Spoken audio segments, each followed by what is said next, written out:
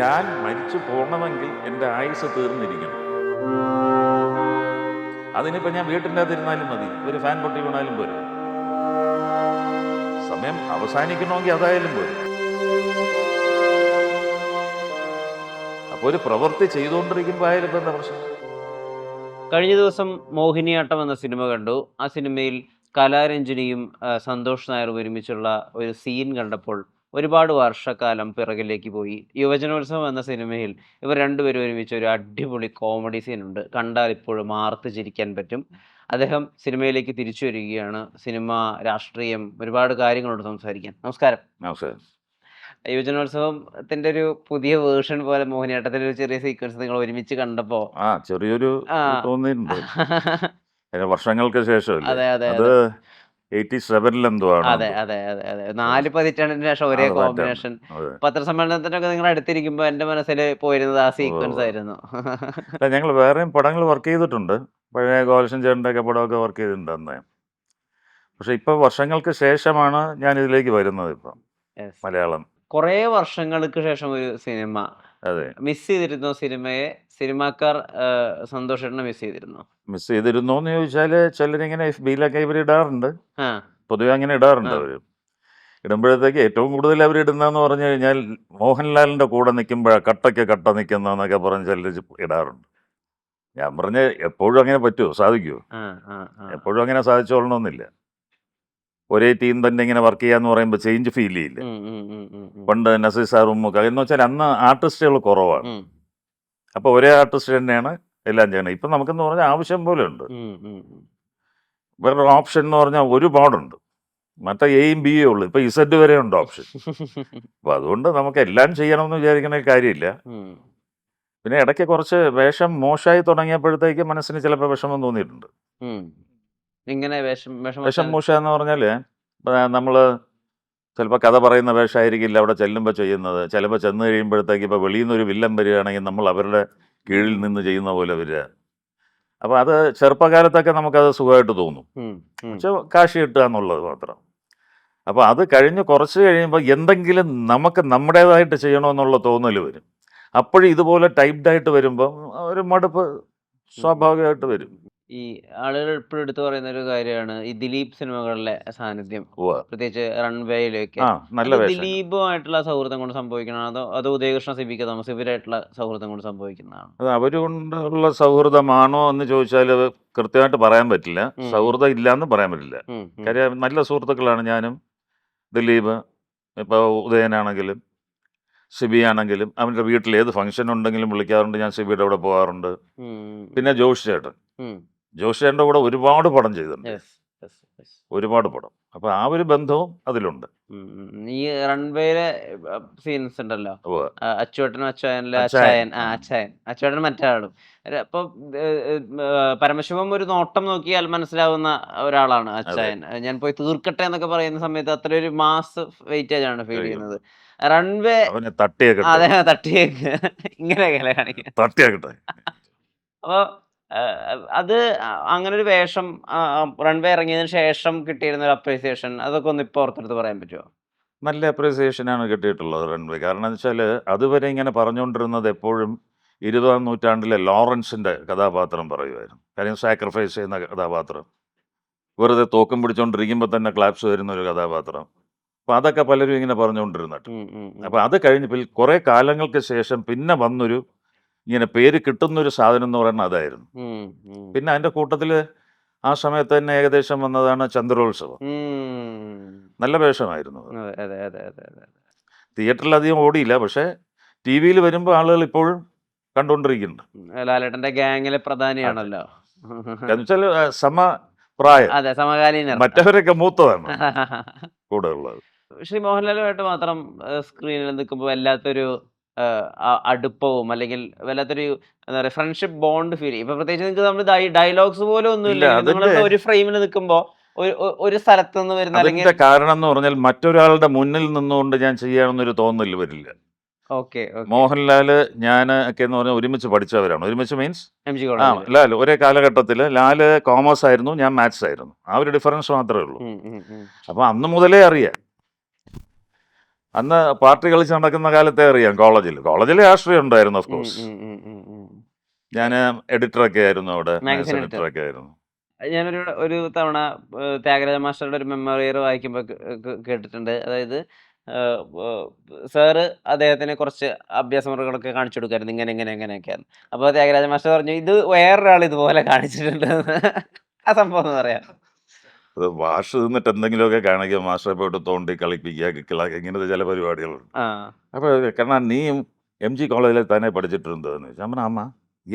ഇല്ല, ഒരാൾ ഏക്കനവേ വന്ന് ഇതെല്ലാം കാമിച്ചാച്ചൻ. അപ്പം ലാല്. അപ്പോൾ ഞാൻ പറഞ്ഞു ഞങ്ങൾ ഒരുമിച്ച് പഠിച്ചതാണ്. അപ്പോൾ ഏകദേശം സ്വഭാവം വലിയ വ്യത്യാസം വരാൻ സാധ്യതയില്ല. ഈ തിരനോട്ടം എന്നുള്ളൊരു പരിപാടിയിൽ സാർ പറയുന്നൊരു വാചകമുണ്ട്. ഇന്ന് നിങ്ങൾ കാണുന്ന മോഹൻലാൽ അല്ല, അതിനേക്കാൾ ഇരട്ടി കുസൃതിക്കാരനായ ഒരു ആയിരുന്നു. മോഹൻലാൽ ഉണ്ടായിരുന്നു അതെ, കോളേജിൽ. അതിന്റെ കോളേജിൽ. ചെറിയൊരു പതിപ്പ് മാത്രമാണ് നിങ്ങൾ ഇപ്പോൾ അത്രേ ഉള്ളൂ. കണ്ടുകൊണ്ടിരിക്കുന്നത്. കാര്യം എത്രമാത്രം അവിടെ സത്യം? എന്ന് പറഞ്ഞാൽ അങ്ങനെ ആയിരുന്നു ലാല്. ഒരു നേരം അടങ്ങിയിരിക്കുന്ന ഒരു വ്യക്തിയൊന്നും ആയിരുന്നില്ല. കോളേജിൽ എല്ലായിടത്തും ഓടി നടന്ന് ഇങ്ങനെ നിൽക്കുന്ന ഒരാളായിരുന്നു. അതിലൊരുപാട് തമാശകളുണ്ട്. കുറേ തമാശ പുറത്ത് പറയാൻ പറ്റും, കുറേ പറയാൻ പറ്റില്ല. കോളേജ് ലൈഫിൽ പലതും ഉണ്ടാവും. ആ, ആ, അപ്പോൾ ആ. അതെല്ലാം നമുക്ക് പറയാൻ പറ്റണമല്ല. കാര്യം ഇന്നത്തെ തലമുറയ്ക്ക് ചെയ്യാൻ പാടില്ലാത്ത നമ്മൾ പറഞ്ഞു കൊടുക്കാൻ പാടില്ല. പിന്നെ അന്ന് ഞങ്ങൾക്കൊക്കെ കിട്ടിയൊരു ഗുണം എന്ന് പറഞ്ഞാൽ അന്ന് ഇതുപോലെ ക്യാമറാസോ ഫോണിൽ ക്യാമറ ഇതൊന്നും ഇല്ല. ഉം. പ്രൈവസി ഉണ്ടായിരുന്നു ഒരുപാട്. ഒന്നിനും തെളിവില്ല. ആ, ആ, പ്രൈവസി ആ. ഉണ്ടായിരുന്നു. സ്വകാര്യതയുണ്ട്. അത് ഉണ്ട്. ഇപ്പം അതില്ല. ഉം. അന്ന് MG കോളേജിൽ പഠിക്കുകയാണെങ്കിൽ മറ്റേ അവിടുത്തെ തെങ്ങിലെ മുഴുവൻ കരുക്കുകളും കുടിക്കുന്നത് ഞങ്ങൾ തന്നെയാണ്. ഓഹോ. സ്റ്റുഡൻസ് തന്നെ.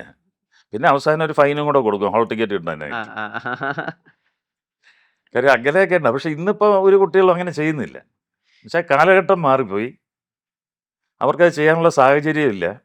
അപ്പൊ ഈ യുവജനോത്സവത്തിൽ കരിക്ക് മോഷ്ടിക്കുന്നത് റിയൽ ലൈഫ് ഇൻസ്പയർഡ് റിയൽ ആണല്ലേ? ലൈഫിൽ MG കോളേജിലൊക്കെ ചെയ്തിരുന്നത് തന്നെയാണ്.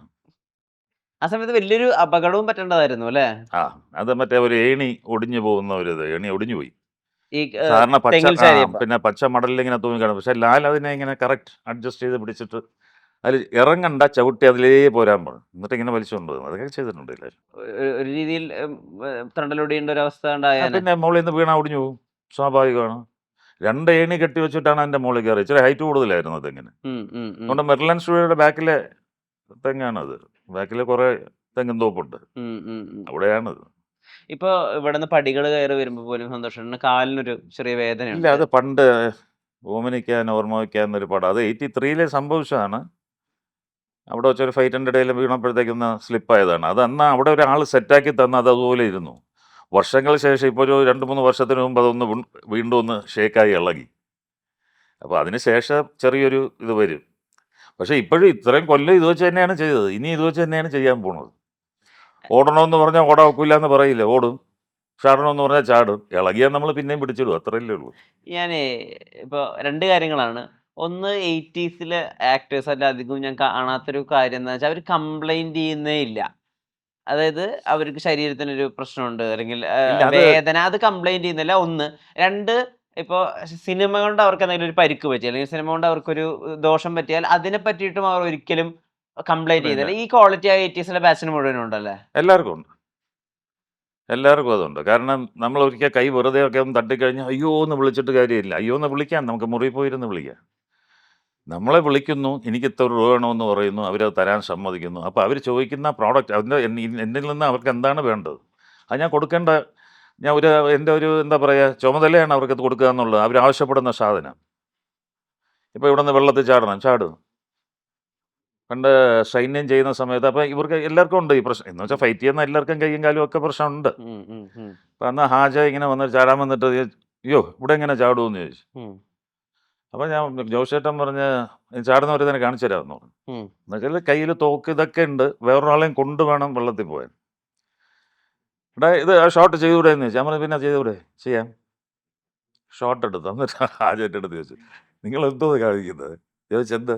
ഞാൻ പറഞ്ഞു വെള്ളത്തിലല്ലേ വീഴുന്നത്, അതിനിപ്പോൾ എന്താ പ്രശ്നം, പാറയുടെ പുറത്തല്ലല്ലോ. പറയുടെ പുറത്താണെങ്കിലും ചാട് തന്നെ. ഇപ്പോൾ കടലിൽ മറ്റേ ചാടി കയറുക വെള്ളത്തിലൊക്കെ എന്ന് പറഞ്ഞിട്ട് വിജയരാഘവൻ എൻ്റെ അടുത്ത് ചോദിക്കാറുണ്ട്, എടാ നിനക്ക് നീന്താൻ അറിയില്ല, നീ എന്ത് ഇങ്ങനെ ചാടി കയറണമെന്ന് ചോദിക്കുക. ഞാൻ പറഞ്ഞ വെള്ളത്തിൽ വീണ പിന്നെ എടുത്ത് വെളിയിടൂല്ലേ, പിന്നെന്താന്ന് ചോദിച്ചു. പക്ഷേ ഈ ഇപ്പം പിടിച്ച് പോകണമെങ്കിൽ എൻ്റെ ആയുസ് തീർന്നിരിക്കണം. അതിനിപ്പോൾ ഞാൻ വീട്ടിൻ്റെ അകത്തിരുന്നാലും മതി, ഒരു ഫാൻ പൊട്ടി വീണാലും പോരെ, സമയം അവസാനിക്കണമെങ്കിൽ അതായാലും പോരെ.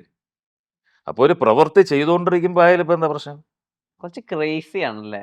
ക്രേസി അല്ല. ആ. കാരണം നോ എന്നൊരു കാര്യം ഇന്ന് വരെ ഞാൻ പറഞ്ഞിട്ടില്ല. ഒരു സാധനം ഒരാൾ വന്ന് ഒരു കാര്യം ആവശ്യപ്പെട്ടാൽ ഞാൻ നോ എന്ന് പറയാറില്ല. ഉം, ഉം, ഉം. എന്നെക്കൊണ്ട് പറ്റുന്നതിൻ്റെ മാക്സിമം ഞാൻ ചെയ്തു കൊടുക്കും. ഉം.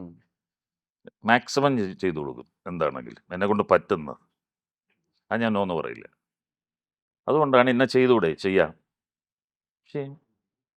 ഞാൻ പറഞ്ഞത് ഈ ഈ കാലിനുള്ള ഈ വേദന ഇനി ലൈഫ് ലോങ് ഉണ്ടാവില്ല. അപ്പൊ ആ നിമിഷത്തെ പഴിക്കോ?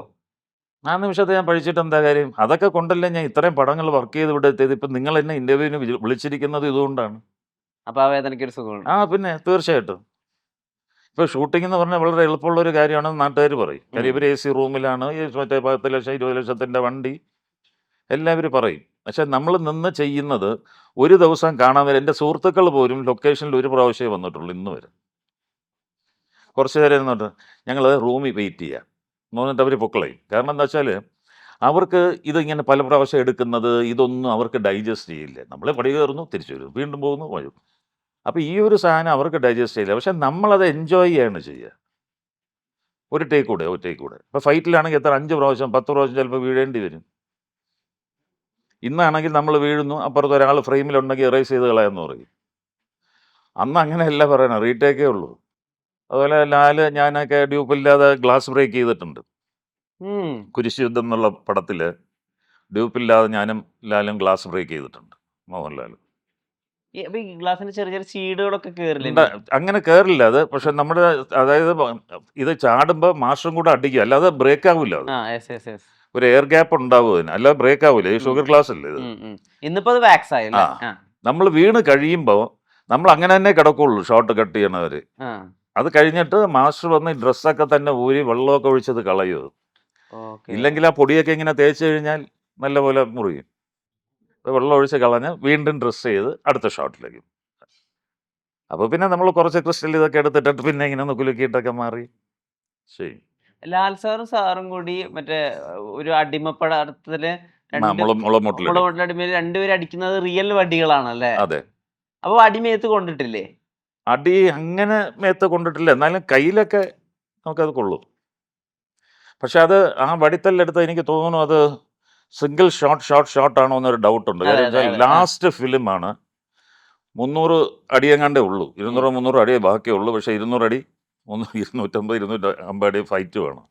അപ്പം മാസ്റ്റർ തന്നെയാണ് സൈഡിൽ നിന്നിട്ട് ആക്ഷൻ കട്ട് എന്ന് പറഞ്ഞ ക്യാമറ ഇങ്ങനെ ഓൺ ചെയ്യാൻ ഓഫ് ചെയ്യുക. അപ്പം ഷോട്ട് അടിച്ച് അങ്ങനെ പോവുമായിരുന്നത്. ഇല്ലെങ്കിൽ ഫിലിം തീർന്നു കഴിഞ്ഞാൽ ഇല്ല. ലാസ്റ്റ് ഡേ ഞങ്ങൾ ഈവനിങ് ഫ്ലൈറ്റ് ബുക്ക് ചെയ്തിരിക്കുന്നു ബാംഗ്ലൂരിൽ നിന്ന് വരാനായിട്ട് ചെന്നൈക്ക്. അപ്പോൾ അങ്ങനത്തെ ഒരു സംഭവം ഉണ്ടായിരുന്നു അന്ന്. ഈ ഫിലിമിൽ നിന്ന് ഡിജിറ്റലിലേക്കുള്ള ട്രാൻസിഷൻ വന്നപ്പോൾ കുറേ ആൾക്കാർ പറയുന്ന 2 കാര്യങ്ങളുണ്ട്. ഒന്ന്, ആർട്ടിസ്റ്റുകൾക്കും ടെക്നീഷ്യൻസിനും മൊത്തത്തിൽ ഡിസിപ്ലിൻ കുറച്ച് കുറഞ്ഞു. അതായത് എത്ര കുറേ വേണമെങ്കിൽ എടുക്കാമല്ലോ, കുറേ എടുത്തു കൂട്ടാം, അങ്ങനത്തെ ഒരു ചിന്ത വന്നു. ഒന്ന്. 2, ആർട്ടിസ്റ്റുകളുടെ ഡെഡിക്കേഷനും അല്ലാതെ കുറഞ്ഞു. അതായത് ഇപ്പോൾ വിഷ്ണു ലോകത്തിലെ പടം എടുത്തു നോക്കുകയാണെങ്കിൽ ഒരു കത്തുന്ന ടയർ എടുത്തിട്ടുള്ള അഭ്യാസം കാണിക്കുന്നത് ശ്രീ മോഹൻലാൽ തന്നെയാണ്. അത് ടൈറ്റായി പോയി. ലാലിന്റെ ഫ്രെയിം വലുതല്ലേ. സാധാരണ ഇത് വെളിയിൽ കാണിക്കുന്നത് മറ്റേ തിരി പോലത്തെ പിള്ളേരായിരിക്കും. ഇത് ജാമായി പോയി. എന്നിട്ട് അതിങ്ങനെ പുകഞ്ഞു പോയത്. അതാണ് വെള്ളം കോരിയൊക്കെ പിന്നെ പുറത്തൊഴിച്ചോണ്ട് വന്നത്. തോർത്തിൽ വെള്ളം നോക്കിയിട്ട് പുറത്തിങ്ങനെ തട്ട് അങ്ങനെയൊക്കെ. ഞാനുണ്ട്, ഞങ്ങൾ നോക്കിക്കൊണ്ടിരിക്കില്ലേ ഇത്. ഞാൻ മണിയമ്പിള്ള രാജു ഉണ്ടല്ലോ. അപ്പം ഞങ്ങളൊക്കെ പിന്നെ പോയിട്ട് ഇങ്ങനെ തട്ടി കൊടുക്കുകയാണ്. നല്ലപോലെ പുകയുണ്ട്. അതിൽ റൂമിൽ പോകണമെന്ന് ചോദിച്ചപ്പോഴത്തേക്കും ഇല്ല 2 ഷോട്ടല്ലേ, അത് തീർത്തിട്ട് പോകാം, ഇങ്ങനെ പറയുള്ളൂ. അടുത്ത 2 ഷോട്ടും തീർത്തിട്ടാണ് ലാൽ റൂമിൽ പോകുന്നത്. റൂമിൽ പോയിട്ട് കുളിച്ചിട്ട് വന്ന് AC ഇടുമ്പോൾ ഇങ്ങനെ വന്ന് നിൽക്കും, പൊടി വെള്ളം ഒഴിക്കും, അങ്ങനെ നിന്നിട്ടുണ്ട്. പുകഞ്ഞു പോയി, രോമമൊക്കെ കത്തുന്ന മണം വരും. എന്നാലും ഹീൽ ഡു ഇറ്റ്, നോ പറയില്ല. ശരിക്കും ചോരയും നീരിലും കെട്ടിപ്പടുത്ത സിനിമയായിരുന്നു അല്ലേ അന്ന്? പിന്നെ എന്നാ പക്ഷെ അതൊരു നമുക്കെന്ന് പക്ഷെ ഒരു ടീം വർക്ക് എന്ന് പറഞ്ഞാൽ ഇന്നത്തെ പോലെ ഇപ്പം മോഹിനിയാട്ടത്തിന് ഞാൻ പറഞ്ഞു, ഞാൻ പോകുമ്പോൾ എനിക്കൊരു ഡൗട്ട് ഉണ്ടായിരുന്നു. കാര്യം ഈ ന്യൂജൻ എങ്ങനെയാണ് എന്നുള്ളൊരു സംഭവം. പഴയ സിനിമയെക്കുറിച്ചാണല്ലോ എപ്പോഴും നമ്മൾ പോഴ്ത്തി പറയാറ്. അവിടെ എല്ലാവരും ഒരുമിച്ചാണ്, കെട്ടുറപ്പുണ്ട് എന്നൊക്കെ പറയുന്നത്. പക്ഷെ ഇവിടെ വന്നപ്പോൾ ഭയങ്കര സുഖം തോന്നി എനിക്ക്. പഴയതിനേക്കാളിലും കെട്ടുറപ്പ് ഇതിനാണോ എന്നൊരു സംശയം തോന്നി ഇപ്പോൾ. എന്നുവെച്ചാൽ എല്ലാം പിള്ളേരല്ലേ, വളരെ ഫ്രീ ആണ്. പിന്നെ ഞാൻ നേരത്തെ പറഞ്ഞ ഡിസിപ്ലിൻ എന്ന് പറഞ്ഞാൽ അത് ഡിജിറ്റലിൽ വന്നുകൊണ്ടല്ല അത്. ആ. അന്നെന്ന് പറയുമ്പോൾ ചെയ്യുമ്പോഴത്തേക്ക് ഒരു സാധനമുണ്ട്. നമ്മളടുത്ത് ഈ ഷോട്ട് എടുക്കുന്നതിന് മുമ്പ് വിളിച്ചു പറയും. ഉം. ഒരടി 120 രൂപയാണ് ഫിലിമിൻ്റെ. അപ്പോൾ അതുകൊണ്ട് ഷോട്ട് ഒരു ടേക്ക് പോലും കളയരുതെന്ന് പറയും. അപ്പോൾ നമ്മൾ ഡയലോഗ് പറയാൻ നിൽക്കുമ്പോൾ തന്നെ നമുക്കൊരു ടെൻസ്ഡ് മൂഡ് വരും. ഒരു ബലം പിടുത്തം. ഉം, ഉം, ഉം, ഉം. അത് അന്ന് എല്ലാവർക്കും കുറെ ബലം ആ പിടുത്തം. ഫിലിം അടിക്കുന്ന ശബ്ദം കേട്ടാൽ അതുകൊണ്ട് ഫിലിം അടിക്കുന്ന ശബ്ദം മാത്രമല്ല, ക്ലാപ്പ് ഇല്ലേ, ആ. സീൻ 3 മറ്റേ ഷോട്ട് നമ്പർ 2 ടേക്ക് 1 ടിം ഒരു അടിയും കൂടെ അടിക്കുമ്പോഴത്തേക്കും ഒരു ഇത് കൂടെ വരും.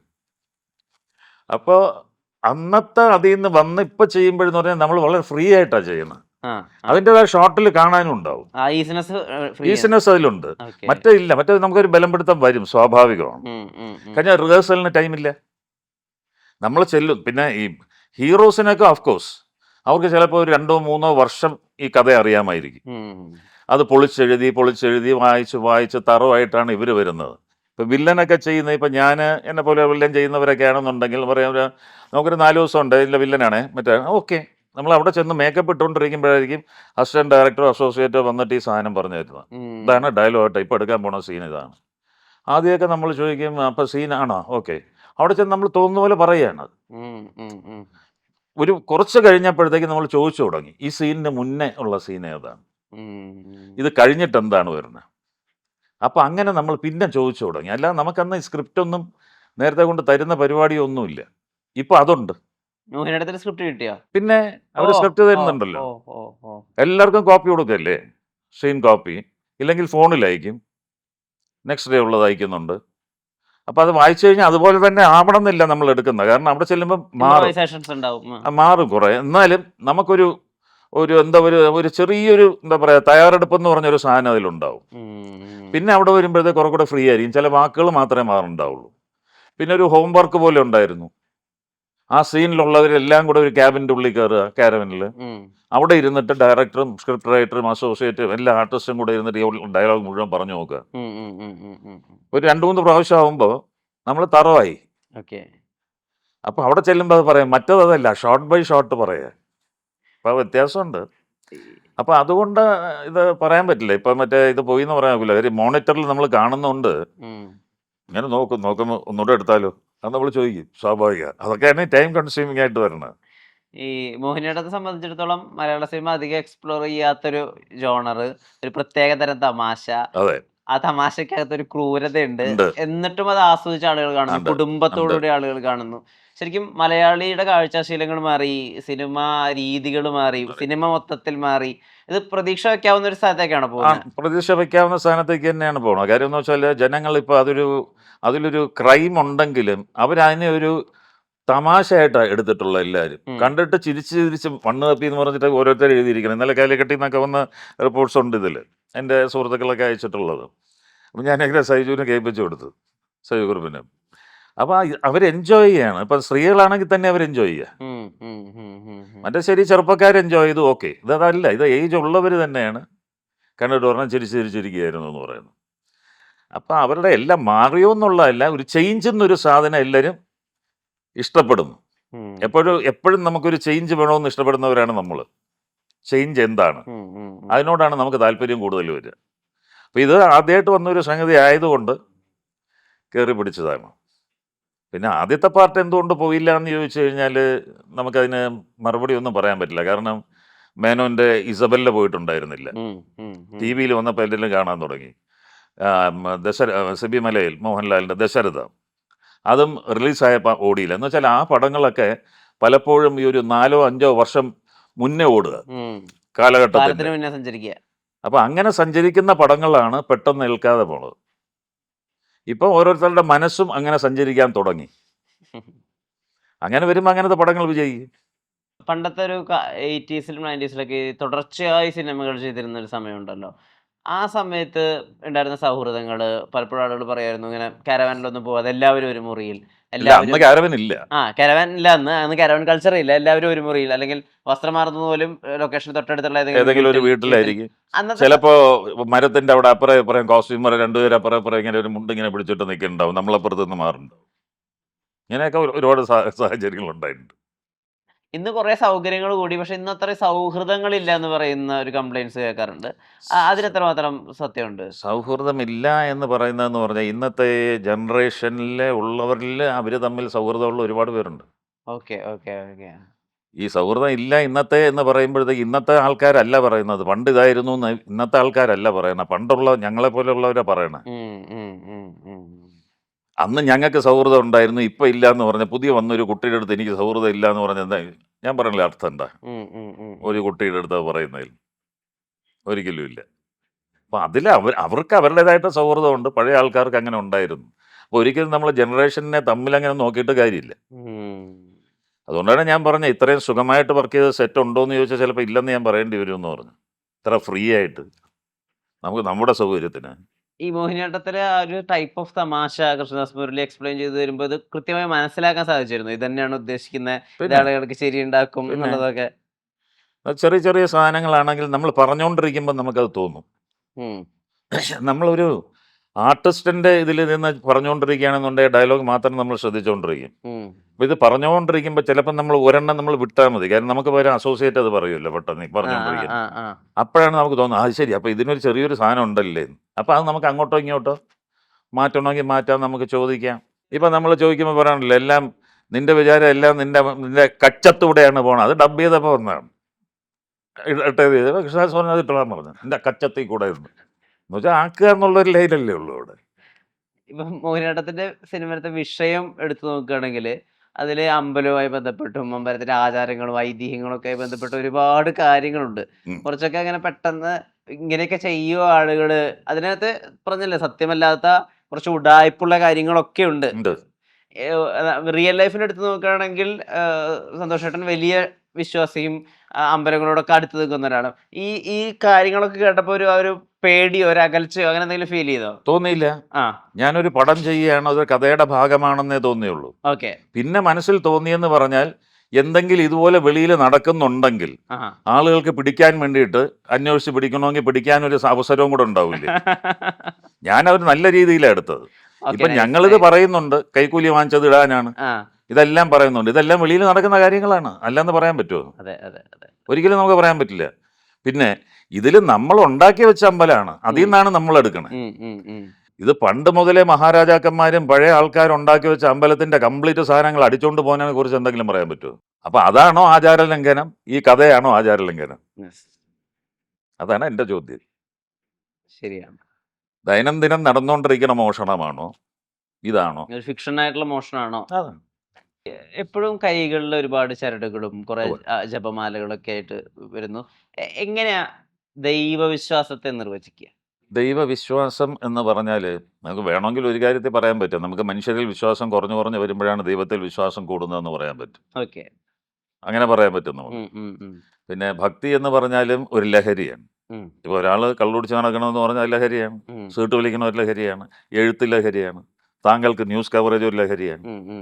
അതുപോലെ എനിക്ക് ഭക്തി ഒരു ലഹരിയാണ്. കാര്യം കൊച്ചിലെ മുതൽ എൻ്റെ അമ്മമ്മ എന്നും ഈ ആശ്രമത്തിൽ കൊണ്ടുവരുമായിരുന്നു തിരുവനന്തപുരത്ത്. അപ്പോൾ അതൊക്കെ വന്ന് ശീലിച്ച് അവിടുത്തെ ഭജനകൾ കേട്ട് കേട്ട് കേട്ടും സഹസ്രനാമങ്ങൾ ഇവർ പറയുന്നത് മുഴുവൻ കാണാതെ പഠിച്ചു. അത് കൊച്ചിലെ തന്നെ നമ്മൾ കാണാതെ പഠിച്ചു പോവുകയാണത്, ഇത് ചൊല്ലുന്ന കേട്ടും. അങ്ങനെ അങ്ങനെ വന്നപ്പോൾ അതിലൊരു ലഹരി തോന്നും, ഭക്തി. അങ്ങനെ വന്നതാണത്. പിന്നെ ദൈവമുണ്ടോ എന്ന് ചോദിച്ചു കഴിഞ്ഞാൽ ഇല്ല എന്ന് പറയാൻ പറ്റുമോ? നമുക്ക് കാണാത്തൊരു സാധനം നമുക്കില്ല എന്ന് പറയാൻ പറ്റില്ല. ഇപ്പം നമുക്ക് പ്രീ ഹിസ്റ്റോറിക് നമ്മൾ ഡൈനോസറസ് ഒക്കെ ഉണ്ടെന്ന് പറയുന്നുണ്ട്. നമ്മൾ കണ്ടിട്ടില്ല, പക്ഷെ അതുകൊണ്ട് നമുക്ക് വിശ്വസിക്കാതിരിക്കാൻ പറ്റുമോ? കാര്യം എന്ന് വെച്ചാൽ ബാക്കി തെളിവുകളുണ്ട്. ഇപ്പം ദൈവമുണ്ട് എന്ന് പറഞ്ഞാലും നമ്മുടെ ഓരോ വർഷം സെഞ്ചുറീസ് പിന്നിട്ട് പിന്നിട്ട് പോകുമ്പോഴത്തേക്ക് ചില ഇതൊക്കെ നോക്കിക്കഴിഞ്ഞാൽ ഇങ്ങനത്തെ രാജാക്കന്മാർ അന്ന് ഉണ്ടായിരുന്നു.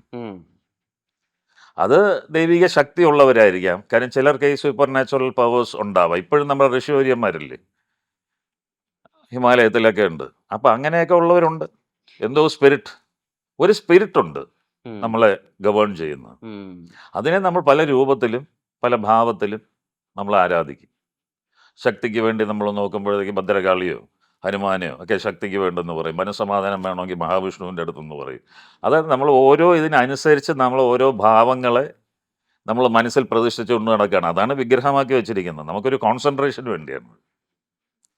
അപ്പോൾ നിങ്ങളുടെ അടുത്തിരുന്ന് ഇങ്ങനെ ധ്യാനിക്കാൻ പറഞ്ഞു കഴിഞ്ഞാൽ നിങ്ങൾ വെറുതെ ഇരിക്കും. കുറേ കഴിയുമ്പോൾ നമ്മുടെ എൻ്റെ ഫോൺ ഇവിടെ ഇരിക്കുന്നു, മറ്റെടുത്ത് വെച്ചോ അവിടെ, ഇതിങ്ങനെ ചോദിച്ചുകൊണ്ടിരിക്കും. അതേസമയം ഒരു വിഗ്രഹത്തിലോ ഇല്ല നോക്കിയിട്ടാണ് ഞാൻ നിന്ന് പ്രാർത്ഥിക്കണമെന്ന് എനിക്ക് കോൺസെൻട്രേഷൻ അവിടെ കൂടും, ഭഗവാനിൽ മാത്രം നിൽക്കും. അതിനൊക്കെ വേണ്ടിയിട്ടാണ് നമ്മൾ ഈ രൂപം ഉണ്ടാക്കി വെച്ചിരിക്കുന്നത്, ഉം. വിഗ്രഹങ്ങൾ ഉണ്ടാക്കി വെച്ചിരിക്കുന്നത്.